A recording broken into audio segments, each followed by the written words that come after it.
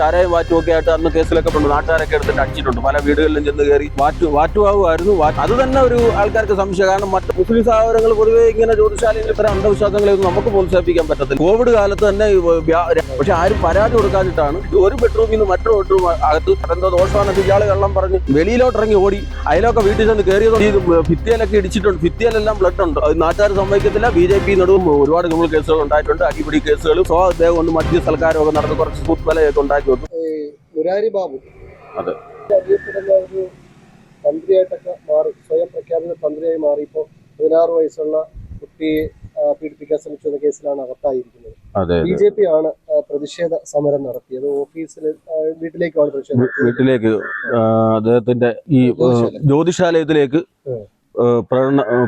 പ്രതിഷേധ അറസ്റ്റ് ആ സമയത്ത് അറസ്റ്റ് ചെയ്തിരുന്നില്ല പോലീസ്. പക്ഷെ നമ്മുടെ പ്രകടനം ഏകദേശം തീരാറായപ്പോഴത്തേക്കാണ് കിട്ടിയെന്ന് പറഞ്ഞു. അങ്ങനെയാണ് അറസ്റ്റ് ചെയ്തത്. അദ്ദേഹം കുറച്ച് നാൾ ഒരു 20 വർഷം 22 വർഷം മുമ്പ് കടക്കലാണ് ഇതേപോലെ ജ്യോതിശാലയായിട്ട് വരുന്നത്. അതിനുമുമ്പ് നാട്ടിൽ ഓട്ടോറിക്ഷ തൊഴിലാളിയായിരുന്നു. ഓട്ടോറിക്ഷ ഓടിച്ചുകൊണ്ട് നടക്കുകയും അതിനുമുമ്പ് തന്നെ ഈ സമയത്ത് ചാരായ കച്ചവടവും ചാരായം വാറ്റും ഒക്കെ ആയിട്ട് അന്ന് കേസിലൊക്കെ പെടുകയൊക്കെ ചെയ്തിട്ടുണ്ട്. വാറ്റുകാരൻ എന്നാണ് അറിയപ്പെടുന്നത്. രാജൻ ബാബു വാറ്റ് ബാബു എന്നാണ് അവിടെ അറിയപ്പെടുന്നത്. വാറ്റുബാബു ആയിരുന്നു. അതിനുശേഷം ഓട്ടോറിക്ഷ ഓടിക്കുന്ന സമയത്തും ഇതുപോലെ സ്ത്രീപീഡന കേസുകളിലൊക്കെ പെട്ടിട്ടുണ്ട്. അന്നും നാട്ടുകാരെല്ലാവരും എടുത്തിട്ട് അടിച്ച് നാട്ടിൽ നിൽക്കാൻ പറ്റാത്തൊരവസ്ഥ ഉണ്ടായി. കുറെ നാൾ ഒളിവിലായിരുന്നു. അത് പക്ഷെ അന്ന് സ്ത്രീകളൊക്കെ പരാതിയൊന്നും കൊടുക്കാനുണ്ട്. അതിന്റെ പേരിൽ കേസ് വന്നിട്ടില്ല. അതേ ഉള്ളൂ. അല്ലാതെ കൈകാര്യം ചെയ്ത് ഇദ്ദേഹം ഒളിവിലായിരുന്നു. ഒളിവിലായിട്ട് കുറെ നാൾ കഴിഞ്ഞതിന് ശേഷം ഇയാൾ വെളി രാജ്യത്ത് എവിടേക്കോ പോയിട്ട് തിരിച്ച് അറിയപ്പെടുന്ന ജ്യോതിഷൻ മാത്രമല്ല വാസ്തുശാസ്ത്രം തന്ത്രിയാണെന്നൊക്കെ പറഞ്ഞാണ്. കടക്കലാണ് ആദ്യം പുള്ളി ജ്യോതിശാല ഇടുന്നത്. പിന്നീട് ഇങ്ങോട്ട് മാറ്റി. കടക്കലയൊക്കെ നാട്ടുകാരൊക്കെ അവിടെ അടിച്ചു പൊട്ടിച്ച് അത് കുറെ നാൾ മുമ്പേ പ്രശ്നങ്ങളുണ്ടായി. ആരുടെയൊക്കെ സാമ്പത്തികമായി ചതിച്ചു എന്നൊക്കെ പറഞ്ഞ് കുറെ വിഷയങ്ങളുണ്ടായി. ഇവിടെ ഈ വെണ്ടാർ ജംഗ്ഷനിൽ പിന്നെ ജനസേവാ കേന്ദ്രം ഇട്ടു. അങ്ങനെ ചെറിയ ചെറിയ ബിസിനസ്സുകൾ ഓരോന്നോരോന്ന് ഇടുക. വസ്തുക്കൾ ഒരുപാട് സ്ഥലങ്ങളിൽ ഭൂമി വാങ്ങി കൂട്ടിയിട്ടുണ്ട്. അതിനുള്ള ബിസിനസ്സാണ്. ഈ നാട്ടുകാരല്ല അവിടെ അദ്ദേഹത്തിന് ജ്യോതിഷമായിട്ട് ബന്ധപ്പെട്ട് വരുന്നത്. പുറം സ്ഥലങ്ങളിൽ നിന്നുള്ളവരാണ്. പ്രത്യേകിച്ചും ഈ ഹിന്ദുമത വിശ്വാസികളാണെന്നുള്ള സാധാരണ ഈ ജ്യോതിഷത്തിനൊക്കെ നോക്കുന്നത്. ഇത് മറ്റു മതവിശ്വാസികൾ ധാരാളം അവിടെ വരുന്നുണ്ട്. അത് തന്നെ ഒരു ആൾക്കാർക്ക് സംശയം. കാരണം മറ്റൊരു ജ്യോതിശാലയെങ്കിലും അങ്ങനെ ക്രിസ്ത്യൻ അപൂർവമൊക്കെ ചിലർ പോകുമായിരിക്കും. മുസ്ലിം മതവിശ്വാസികളൊന്നും അങ്ങനെ മുസ്ലിം സഹോദരങ്ങൾ പൊതുവെ ഇങ്ങനെ ജ്യോതിശാലയിൽ പോകുന്ന പതിവ് നമ്മൾ കണ്ടിട്ടില്ല. ഇവിടെ വ്യാപകമായി വരുന്നുണ്ട്. അങ്ങനെയൊക്കെ ഉള്ളവരാണ് ഇദ്ദേഹത്തിന്റെ സപ്പോർട്ടും ഇദ്ദേഹം അവരുടെയൊക്കെ പ്രോഗ്രാം. പിന്നെ പ്രത്യേകിച്ച് ഈ സോഷ്യൽ മീഡിയ ഉപയോഗിച്ചാണ് ഇദ്ദേഹം വലിയ രീതിയിൽ പ്രചരണം കൊടുക്കുന്നത്. അതുപോലെ തന്നെ പൂജ, സാധാരണ നമുക്ക് പൂജാ താന്ത്രിക വിദ്യയിലോ പറയുന്ന പൂജകളൊന്നും അല്ലാത്ത വലിയ ലക്ഷക്കണക്കിന് രൂപ പ്രതിഫലം വാങ്ങിയുള്ള പൂജകളാണ് നടത്തുന്നത്. കാരണം ജനങ്ങളുടെ വിശ്വാസത്തെ വഞ്ചിച്ചുകൊണ്ടുള്ള, കാരണം ഇതൊക്കെ കപടമായ, കാരണം ഇത്തരം അന്ധവിശ്വാസങ്ങളെയൊന്നും നമുക്ക് പ്രോത്സാഹിപ്പിക്കാൻ പറ്റത്തില്ല. ക്ഷേത്രങ്ങളിലൊക്കെ പോയി സാധാരണ പൂജയും കാര്യങ്ങളൊക്കെ ചെയ്ത് ഇതല്ല ലക്ഷങ്ങൾ വാങ്ങിയാണ് ഇദ്ദേഹം ചെയ്യുന്നത്. അതുപോലെ വാസ്തുശാസ്ത്രം പഠിച്ചു എന്ന് പറയുന്നത്. വാസ്തുവൊക്കെ അതുപോലെ തന്നെ പ്രവചനം അദ്ദേഹം സുനാമി പ്രവചിച്ചെന്നൊക്കെയാണ് സോഷ്യൽ മീഡിയയിലൂടെ. അതുപോലെ തന്നെ ഇപ്പം പ്രളയം 2018, അതുപോലെ തന്നെ നമ്മുടെ ഈ നമുക്ക് എല്ലാവർക്കും ഇപ്പം 2018 ആ കാലത്ത് അസുഖങ്ങൾ വന്നു.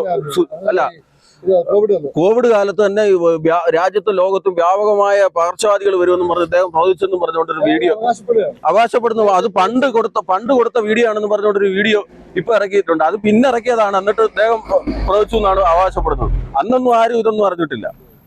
ഇങ്ങനെ ജനങ്ങളെ പറ്റിച്ച് ഇത് കേൾക്കുമ്പോൾ ആൾക്കാർ വിശ്വസിക്കും. ഈ പുറത്തുള്ള സ്ഥലത്തുള്ള ദൂര സ്ഥലങ്ങളിലുള്ള ആൾക്കാർ ഇത്തരം പ്രചരണമൊക്കെ നടത്തിയ ആളാണെന്ന് വിശ്വസിച്ചിട്ട് ഇദ്ദേഹത്തിന് ലക്ഷങ്ങൾ കൊടുത്ത് പൂജ നടത്തുക. ഈ സ്ത്രീകളെ അതിക്രമിക്കുന്ന വിഷയങ്ങൾ നേരത്തെ ഉണ്ടായിട്ടുണ്ട്.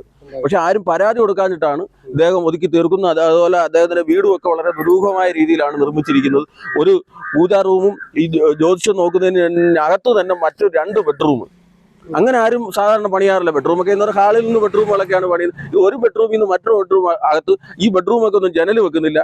ഈ രീതിയിലൊക്കെ ഉള്ള ദുരൂഹമായ കാര്യങ്ങളാണ് അവിടെ. ഈ പെൺകുട്ടിയുടെ മാതാവ് അകത്ത് കയറുന്നില്ല. കുട്ടിയെ കൊണ്ട് അകത്ത് വെച്ചിട്ട് എന്തോ ബാധയുണ്ടെന്നും പറഞ്ഞാണ് ഇത് പറയുന്നത്. അങ്ങനെയുള്ള പ്രശ്നങ്ങളൊന്നും ഈ പറയുന്ന രീതിയിലുള്ള ഈ അടുത്ത കാലത്തങ്ങാണ്ട് കുട്ടിക്ക് ചെറിയ മനപ്രയാസവും പ്രശ്നങ്ങളൊക്കെ എന്തോ സ്കൂളിലൊക്കെ എന്തോ ചെറിയ ഇഷ്യൂവിന് ചെറിയ പ്രശ്നമൊക്കെ അതെന്തോ ദോഷമാണെന്നൊക്കെ ഇയാൾ കള്ളം പറഞ്ഞ്. പക്ഷെ ഈ വീട്ടുകാർ നേരത്തെയും ജ്യോതിഷപരമായ ആവശ്യമായിട്ട് ഈ വീട്ടിൽ സ്ഥിരം വരുന്നതാ. അവർക്ക് പരിചയമുണ്ട്. പക്ഷെ അത് ദുരുപയോഗം ചെയ്ത് ഇദ്ദേഹത്തെ ഫോണിൽ വിളിച്ച് ചോദിച്ചാൽ ഇങ്ങനെയൊക്കെ കൊച്ചിനെന്തോ വൈകിട്ട് വാ നമുക്ക് ശരിയാക്കാമെന്നും പറഞ്ഞ് വിളിച്ചു വരുത്തിയതാണ്. അന്നേരമാണ് ബാക്കി എല്ലാവരും പോയതിനു ശേഷം വൈകിട്ടാണ് വിളിച്ചത്. സാധാരണ രാവിലെ തൊട്ട് തുടങ്ങുന്ന സമയത്തായിരുന്നെങ്കിൽ ഈ മറ്റാൾക്കാർ ഒരുപാട് പേര് അവിടെ 10, 15, 20 പേര് കാണും.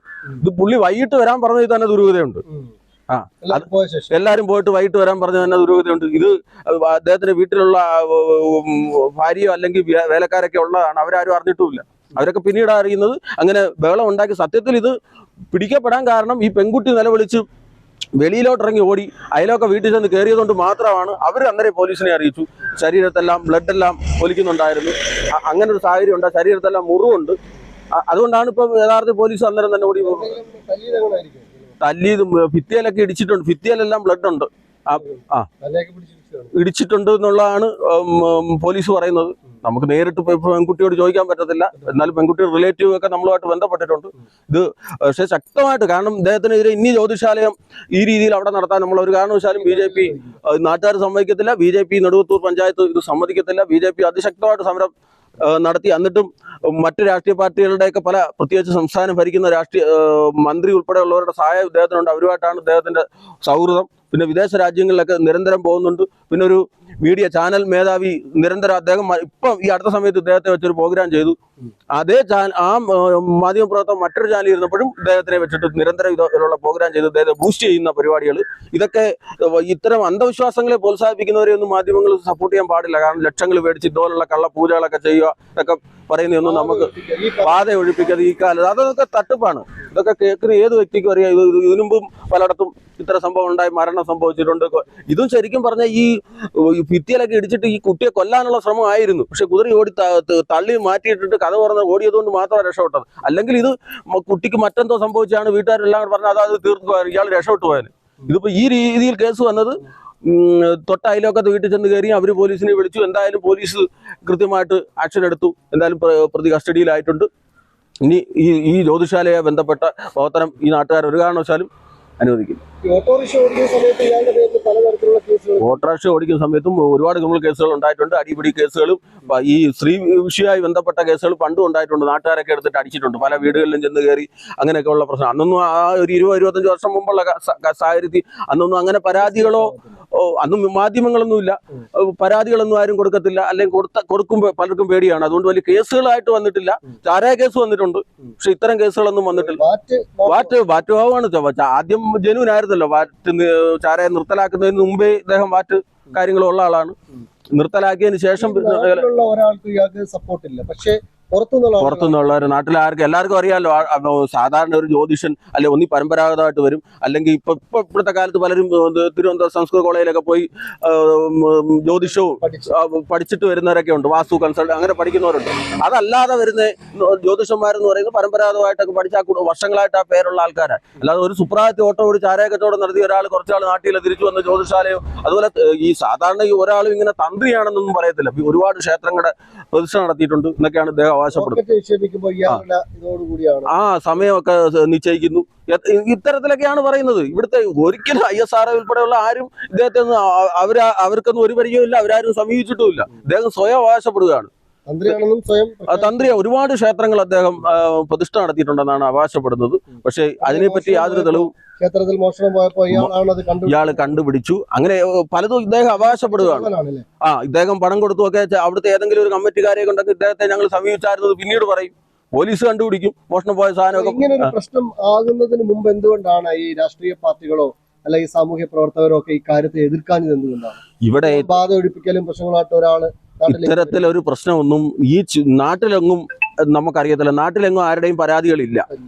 ആരും ഒരു പരാതിയായിട്ട് വന്നിട്ടില്ല. വന്ന ഉടനെ തന്നെ എല്ലാവരും ആക്ഷ എടുക്കും നാട്ടുകാർ മൊത്തം. കാരണം എല്ലാവർക്കും അറിയാം ഇദ്ദേഹം ഈ അതുപോലെ നാട്ടിലെങ്ങും ആരും ഈ പരിസര നാട്ടിൽ നിന്നും ആരും അവിടെ ജ്യോതിഷം നോക്കി ആരും പോകാറില്ല. എല്ലാവർക്കും. പിന്നെ ചില ആളുകൾക്കൊക്കെ സാമ്പത്തിക സഹായമൊക്കെ ചെയ്ത് കുറച്ച് ആൾക്കാരെയൊക്കെ പിടിച്ചു വെക്കുന്ന ഒരു സ്വഭാവം കൊണ്ട് മദ്യ സൽക്കാരമൊക്കെ നടന്ന് കുറച്ച് സുഹൃത്ത് വലയൊക്കെ ഉണ്ടാക്കി വെക്കും. വൈകിട്ട് അവരുമായിട്ടൊക്കെ മദ്യപാനം അങ്ങനെയൊക്കെ വരുന്നുണ്ട്. കുറച്ച് സുഹൃത്തുക്കളൊക്കെ അയാൾക്ക് വട്ടമുണ്ട്. അതൊന്നും അതെ റീൽസ് സോഷ്യൽ മീഡിയയിലെല്ലാം പ്രത്യേകിച്ച് ഇൻസ്റ്റാഗ്രാമിലും മറ്റ് യൂട്യൂബ് ചാനലുണ്ട്. അങ്ങനെയൊക്കെയാണ് ഇദ്ദേഹം ഫേമസ് ആവുന്നത്.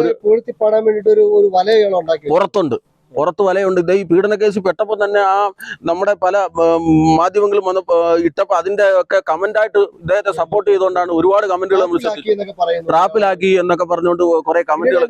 അത് മാത്രമല്ല അത് ശരീരത്തെല്ലാം പാടുണ്ട്, മറിച്ച് ഇട്ടതിന് എല്ലാ തെളിവുകളുണ്ട്. ബ്ലഡ് എല്ലാം അദ്ദേഹത്തിന്റെ കട്ടിലയിലും എല്ലാം കിടപ്പുണ്ട്. അവിടെ എല്ലാം പോലീസ് എല്ലാം കൃത്യമായിട്ട് അത് എടുത്തിട്ടുണ്ട്. കാര്യങ്ങളൊക്കെ ചെയ്യുമ്പോൾ ഇവരുടെ വീട്ടുകാർ സപ്പോർട്ടാണെന്നുള്ളതാണ് ഒരു അതിനെ പറ്റി അമ്മയുണ്ട്, അദ്ദേഹത്തിന്റെ ഭാര്യയുണ്ട്. ഇവരൊക്കെ ഈ ഇത്തരം കാര്യങ്ങളെ അനുകൂലിച്ചുകൊണ്ട് നിൽക്കുന്നത് ഈ ബാധ ഒഴിപ്പിക്കലിനും ഇദ്ദേഹത്തിന്റെ അവരുടെ വരുമാനം അതാണല്ലോ. ഇത്തരം പരിപാടിയിൽ വീട്ടുകാർ ഇദ്ദേഹത്തിന്റെ പരിപാടി ഇതൊക്കെ തന്നെ അതിന് ഉണ്ട്.